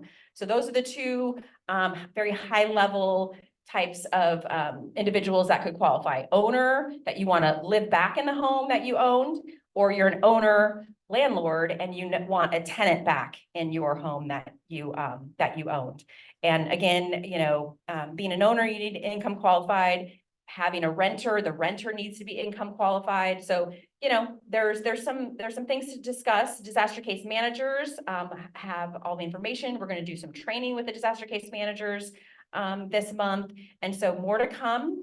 up to $500,000 is the grant amount. So know that. And again, more, qualifications. The second one is called Single Family Mitigation Retrofits, or SFM. So this is providing monies to harden homes. So though, and this program is, those that own homes throughout the county are eligible. So not just in the Dixie Fire or Beckwith Complex Fire burn perimeters, but throughout the county. If you didn't have your home loss and want to have your home hardened, there is up to $50,000 per household for the home hardening. So that's really good news. So when you translate all that out, and I heard before $20 million, gentlemen, like that was the big number, 24 million is the big number, right? Okay. And so, but when you boil it all down, right, the state has to have their administrative costs, and the state has a contractor coming in. So that's another very important piece of this. The county, we are not necessarily in control of this in the driver's seat. The state is, with a state contractor coming in to build these homes. We, the county, what we're doing is plan checking and reviewing a master plan set, very similar to, the ADU said, we master planned and reviewed that. So the state's plans will be pre-plan checked in a master plan set way, so that every time someone comes in and picks a certain floor plan and whatnot, that they're ready to roll, that there isn't, the permit process will be expedited because of that. So anyway, 24 million very broadly that came to us in the county. When you boil down all, sort of the pre-construction costs, the application, all the things, it is $12.7 million for the single family reconstruction. So at, roughly $450,000 to $500,000, they say their average build is more in the 425, 450 range. These are homes that will be WUI compliant, will be hardened, will have to meet all of the California State Building Code requirements, of course, whatnot. But when you do the math on that, 12.7, it's more like, it's 25 to 30 homes. So it's still, an amount of homes that, come in just to see in this landscape, having 25 to 30 more homes under this program is tremendous. And then on the single family mitigation, that's the home hardening, there's roughly 2 million direct to folks, and that's roughly 40 homes at $50,000 a piece. So for a total of 14.7 million between the two. So that's really the real numbers as it boils down, as we receive more information from the state and understand how this all works. So let me know if you have questions. Again, flyers in the back, applications at the end of the month. Disaster case manager will have the information, and I'm happy to, support this effort and the rebuilding. Thank you. Right. Thank you, Tracy. And with regard to training on that and the disaster case managers, but also any applicants, take a look at the flyer. Feel free to bring that at 11 a.m. on February 29th to 127 Crescent Street, Suite 2, because that's where the training's going to go. We're also going to have a Zoom option for that. So that'll be posted up on our website and social media, etc., so that if you can't make it in person. All right, any additional share outs? Yes, sir, Mr. Babaji. This will be the shortest presentation today. I still have a bunch of solar panels that are available for folks that are in need. These are not your whole house system solar panels that folks need for new construction. This is more these are panels that are used, still working perfectly at a slightly reduced rate. But they've come off of old systems that have been upgraded in most cases. I have a few new panels that I'll have to charge a couple of bucks for, but a very low price. So, and I've learned over time now of giving panels away that you should, they're over at my place in Taylorsville behind Young's Market. Some of them are out just there leaning up against the deck, but it's best to talk to me so you know how to use them and what you need to use them to really, get the most you can from them, because you don't just hook up a solar panel to a blender. okay. There's some infrastructure in there and I can help you with that. I have a business card on the back table if you want to take a picture of it to contact me, or I'm here for a while after the meeting. Thanks. All right, thank you, Bill. Any save or any additional share outs? All right, we'll just do a quick Q&A. So any presenter that came up, anybody that presented today, Zach, Tracy, thank you. Mr. Hoffman, Dan, are you still present? Rotary around the blood drive. I think that was pretty self-explanatory, but there might be a couple questions. All right. So any questions? Yes, sir.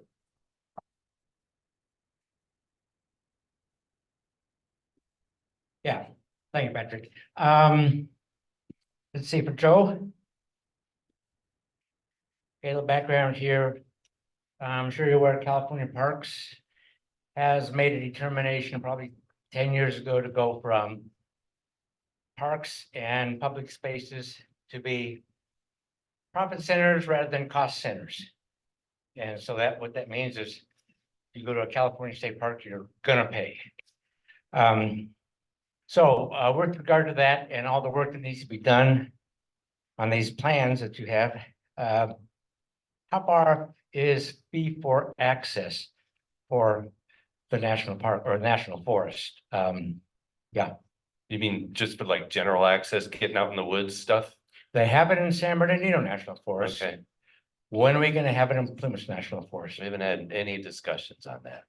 So I said- Recently, because there was, when I was much younger, there was a discussion about, okay, $5 to go into the forest. Has that come back to, I've been the ranger 2.5 years. I haven't heard anything about it. So- Yeah. as soon as you hear about it, you're gonna let us know about it, right? Yeah, I mean, yeah, hasn't been on the horizon. Yeah. Okay, thank you, sir. Bet. You heard it here first.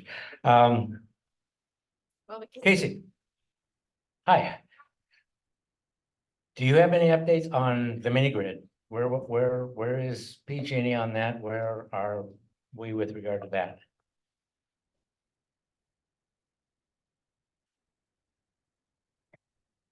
Okay, no further. Okay, thank you very much. All right, thank you. Any additional questions for our team? Yes.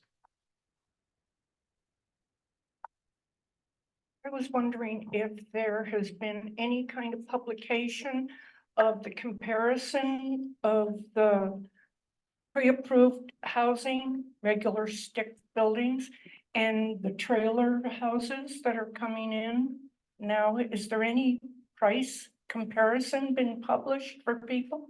No, there hasn't. But that's a good idea. Could Yeah. we? I mean, Yeah. because, I mean, like the longevity of a stick building is a lot longer than a prefab house. Yeah, maybe we can contact some of the local builder contractors and they could give us some information. I don't know. I haven't heard kind of what the latest price per square foot is for stick built out there right now. And then on the modular side, if we have some modular manufacturers, we could get in touch with as well. And we can follow up with the construction cost analyst. at, Exactly, Plymouth Dan. Rural Services. Great idea. And, Dan, tag do your it. Construction cost analyzing. And, but that's a great point, and we'll have something forthcoming. Thank you for bringing it up.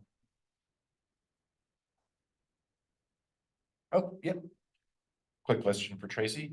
Can you let everybody know where they can see the public comments for the zoning and the vested rights determination? Yes, so on what is the Plymouth County Planning Department's homepage, there's several buttons on the left-hand side. And you'll see what is zoning and commissions. You get to a page that has like the planning commission and also the zoning administrator. Or you could just maybe generally Google Plymouth County zoning administrator and get there. But if you can't get there that way, it's off of the homepage of the planning department. And it's the zoning administrators page that then has other information, because every month should we have items going before the zoning administrator, you know, we post the public notice and the staff report and so forth. But if you scroll way down to the bottom of that page, that's where all of the information for the vested rights determination is being is being posted. So all the applicants' information, the staff report that was submitted on the October 11th meeting, all of the public comments and other information is there as is made available. And I just this last week received, 2 or 3 additional public comment to my inbox. And so I try to at a very, I will be posting those on Tuesday at, keeping up that public comment in a timely manner as I receive them so that then the public can see them as soon as we receive them. Thank you, Ted. Any additional questions?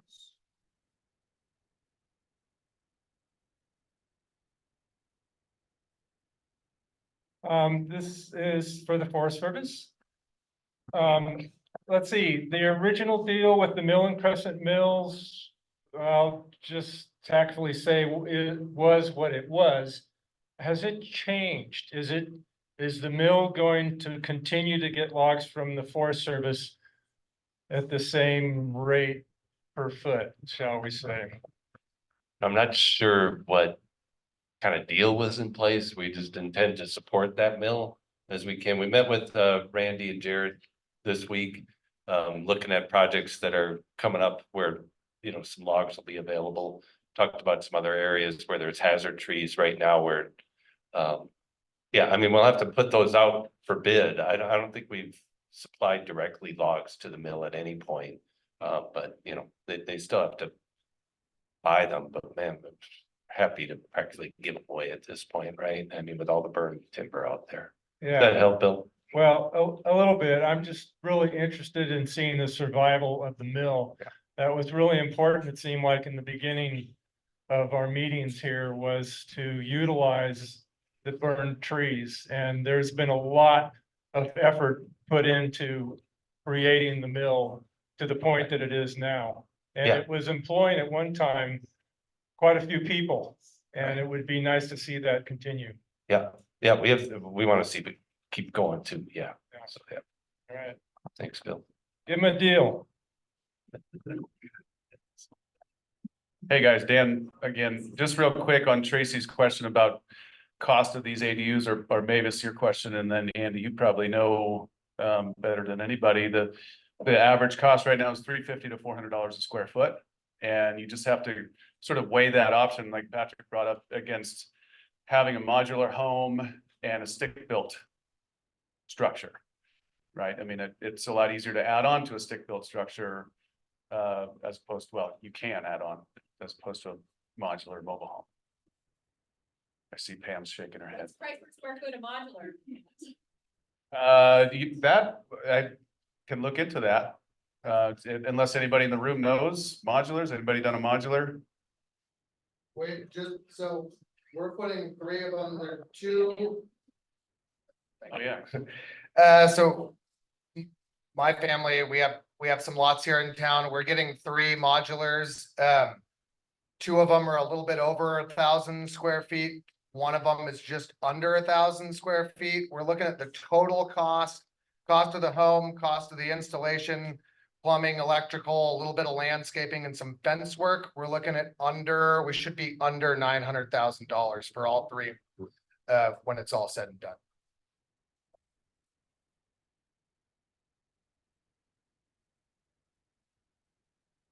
I asked Todd Bonkio from Indian Valley Construction about costs, because I'd heard the $350 to $400 a square feet. And after the meeting last month, he said that for a basic home, not something that's fancy, but your basic starter home, that he can build them all day long for $250 a square foot. So check with him when you're also looking at the modular homes. Okay. Oh, Zoom questions. For Forest Service, are you involved in the biochar for soil? Yeah, we've had some meetings. We're interested in using it. So biochar is a facility. It's where you feed smaller logs in there or limbs, and it creates it's called biochar. It's kind of a soil amendment. I think it can be used as, it doesn't have a huge production rate. I mean, it's not gonna get at all the burn fuel or all the even the green fuel that we need to reduce.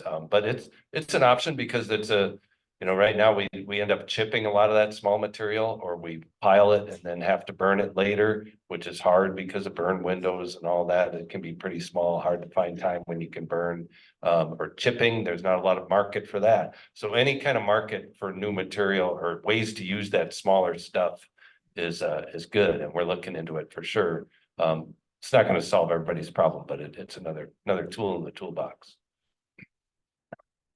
Okay, one more for Tracy. Where at the Plymouth County website can we find information about ADUs? All right, so it'll be posted to the building department's webpage. So same thing, homepage of the building department, there's a lot of buttons on the left-hand side. It will be the last button. There was a transition of, Plymouth County got a new website and that button disappeared. So I'm gonna call IT. I was just Patrick made me aware of that. So calling IT on Tuesday, Monday's a holiday, and getting those uploaded then to the building department's webpage. And then the planning department, I'll have a cross link basically as well, up on my homepage. But yeah, those will be posted now next week. So apologies that they're not available today, but they will be. And just in the meantime, by all means, please go to the county website for those items when they're there. But we do have them posted on the DFC website under resources and programs, as well as the additional housing plans and cross-laminated timber information. All right, we are about 10 minutes over. Well, so the idea book is posted on your page, the construction document sets themselves, but the ADU is currently up. Okay. Yep. One last thing. Yeah, I just have a question for Mr. Hoffman, sir. I appreciate you coming out here and talking to us, taking your time. Can you hear me okay? Yeah, yes, sir. My question for you, sir, is do you know where we could find out how many, I'm not sure what the right metric is, gallons or tons of Roundup is being administered in our national forest? How much has been administered and how much is planned on being administered this year? I'd probably go with my district silviculturist. He'd be a good person to talk to. So why don't you email me and we can look into. So like off the top of my head, it's project driven. I'd have to think of the current projects where we're reforesting, and that's where we're using like glyphosate. Roundup is a pretty common one. It's part of that NEPA planning process that I was describing. We got a lot of comments when I was talking about the North Fork project on the use of herbicides and the concerns around that. So in the environmental assessment for both of those projects, there's going to be a lot of information about how we do it, because it's really important. I mean, you got to follow chemical instructions. That goes a long way to preventing impacts to workers, people that might be coming to, we usually sign the area. So people that are, if it was treated with an herbicide, that people know it, before they're walking through. There's just following the instructions and the best management practices takes care of a lot of the risk, the people that might happen on it, and, for water quality, et cetera, et cetera. But just in terms of like what areas were treated, I could get that, I think, it would probably be like an old project up in the Moonlight Burn, where we did some planning this year with Feather River RCD. That's probably one area. And then there's one around Quincy too. It's a smaller, like 200-acre area from the old Minerva fire. And that we're going to be planting this year. And so probably with some herbicide treatment there. It hasn't been a lot, hasn't been extensive. And that's the other thing to be, people see, we got these big projects, right? They were both 167,000 acres in that neighborhood. And then people are concerned, well, there's a lot of areas that need reforestation. Are we going to have herbicide, like on 300,000 acres? It's going to take some time, so it's not going to happen all at once. It's going to be pretty slow. Like I said, there's a lot of work that goes into reforesting, and then just herbicide is a tool to do that, to help us keep moving and try to keep up with these acres. So it's not all going to happen at once. That'd be something to pay attention to, considering those things. Does that help? It does, yeah. On the order, would it be thousands of gallons, tens of thousands of gallons, millions of gallons? Yeah, Yeah, sure. Right. And Mr. Hoffman can follow up. And if there are any additional questions, you can always contact our website and at the contact us part. And then if I'll guarantee I probably won't have the answer, but I'll find the person that does. So as the questions keep coming, but we're just in the interest of time. I know that there are plenty of sidebars that can happen now, so thank you. The students are in there in the back with Peter. So please engage them, talk to them, tell them what you know. They'd love to hear it. Thank you all so much. Our next meeting is the third Saturday of March, which I just looked at it. It is, I think, the 16th. So we'll see y'all back here then. Thanks so much and have a great day.